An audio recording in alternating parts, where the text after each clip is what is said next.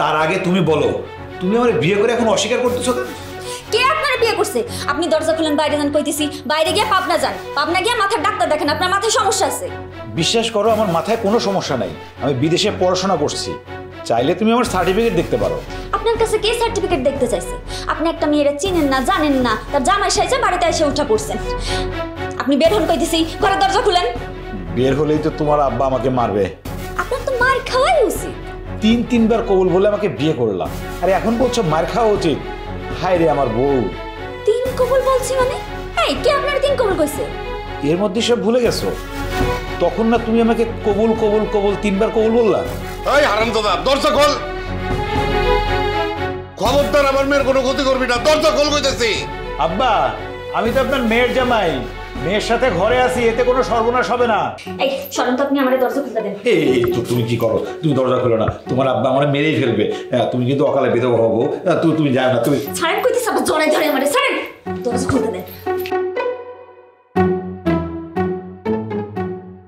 আম্মা, আম্মা, তোমার কোনো ক্ষতি করে নাই তো? না না বাবা, উনি আমার কোনো ক্ষতি করেনি। উনি আসলে একটু ভুল বুঝছে, একটা ভুল বুঝাবুঝি হয়েছে, সেইটা বুঝেই উনি এই বাড়িতে চলে আইছে। কিসের ভুল? খারাপ আমি করতেছি।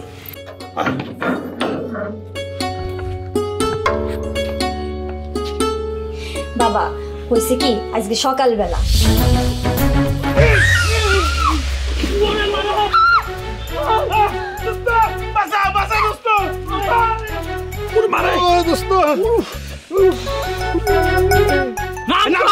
কবুল কবুল কবুল কবুল হ্যাঁ, কবুল কবুল কবুল। বুঝছো বাবা, এই হচ্ছে ঘটনা। আমি তারে আমার নাম কইছি কবুল, সে ভাবছে আমি তারে বিয়া করে ফেলছি। এই দুইটারে কেন যে আমি পাগল কইছিলাম, এখন বুঝতে পারছো? আরে কি ব্যাপার? আমি তো কিছুই বুঝতে পারছি না। তুমি কিছু বুঝবাও না, ঢাকায় পোল্ট্রি। আরে গাদার বাচ্চা, আমার মায়ের নামই হইতেছে কবুল। সে তোরে আমার মায়ের নাম বলছে, আর তুই মনে করছিস সে বিয়ার কবুল বলছে। এটা কি করলেন কাকা? আরে বেটা ঠিকই কইছি।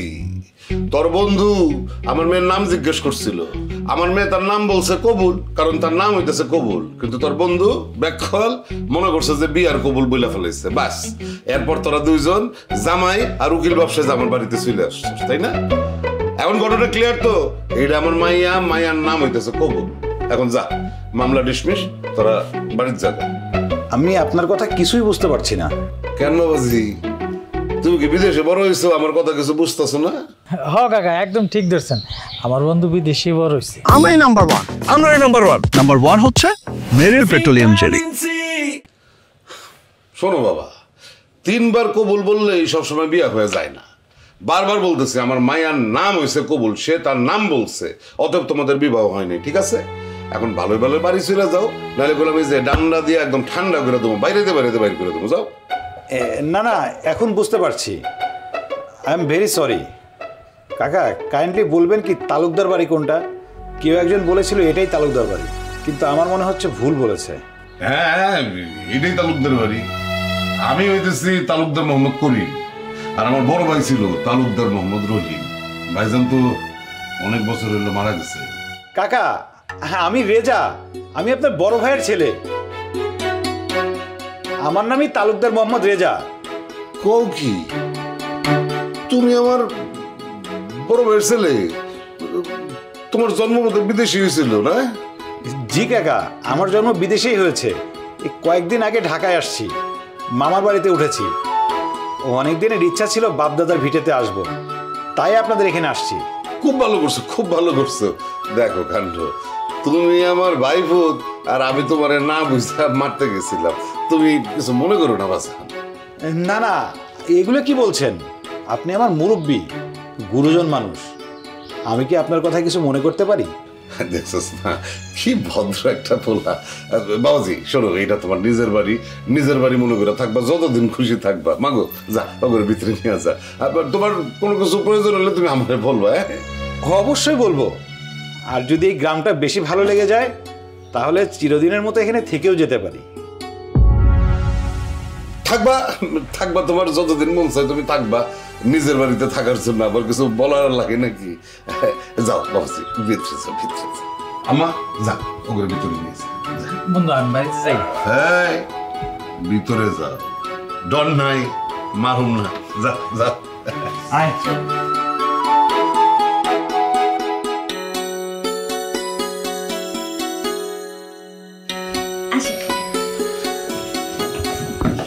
নিন, এইটা হচ্ছে আপনাদের রুম, আপনারা রেস্ট করেন।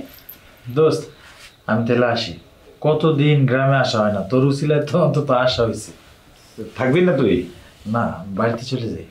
আচ্ছা গিয়ে তাহলে আমার ব্যাগটা একটু পাঠিয়ে দিস। আচ্ছা ঠিক আছে ভাবি, গেলাম। আবার ভাবি কইতেছেন? মজা করলাম, কিছু মনে করেন না। আপু গেলাম। হুম, দোস্ত থাক। সরি, কিছু মনে করবেন না। আপনি বোধহয় বিদেশ থেকে শুধু সরি বলতেই শিখছেন, তাই না? শোনেন, আমরা গ্রামের মানুষ, আমরা কথায় কথায় এত কিছু মনে করি না, বুঝতে পারছেন? জি বুঝতে পেরেছি, আসলে দেশের মানুষের সাথে খুব বেশি মেশা হয়নি তো, এই জন্য অনেক কিছুই বুঝতে পারি না। সরি। আবার সরি? সরি, আর বলবো না। মিস্টার সরি, তাহলে এখন আপনি ফ্রেশ হইয়া খাওয়া দাওয়া গেরা তারপর রেস্ট নেন। আমি এখন গেলাম। মিস কবুল, একটা কথা বলি। কি? আপনারা দেখতে অনেক সুন্দর, একদম ছবির মতো।